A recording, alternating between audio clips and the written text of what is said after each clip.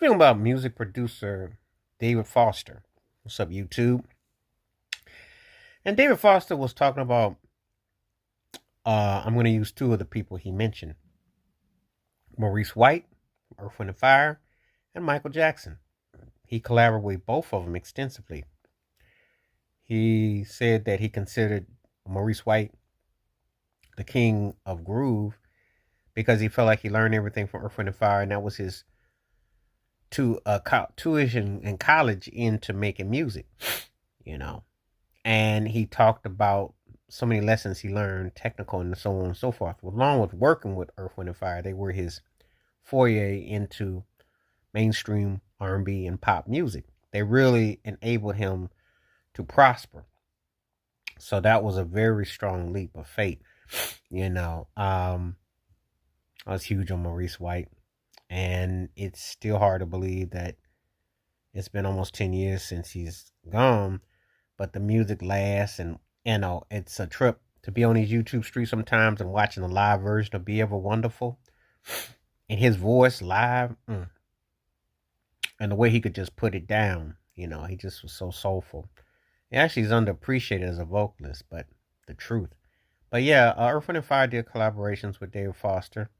The I Am album, which was the last of that great 70s run, was a tight record, well produced sonically.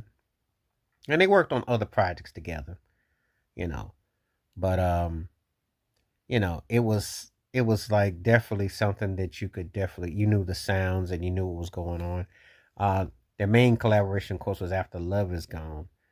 That was the one that really got the ball rolling. But that was one that, you know, that was a song that really took Foster over the top more so. Even though he did production on Got to Be Real for Cheryl Lynn, After Love Is Gone was the one that was huge. I was a big juggler for him. So, and working with Maurice White, who at the time was at the apex of producer powers, that was a heck of a statement. Now, we get to him and Michael Jackson. They had quite a long, distinctive relationship from Off the Wall projects, Association on Thriller, the His Story record, lots of strings and whole kinds of stories. Um, he once said about Michael Jackson, he said he was like Frank Sinatra and Gene Kelly rolled into one. And that's a pretty good description because if you're an all around cat, that was Michael. He was a perfectionist. He knew his notes. He knew his timing. You could tell. And they would go over a lot of different things. I remember it's the Fall in Love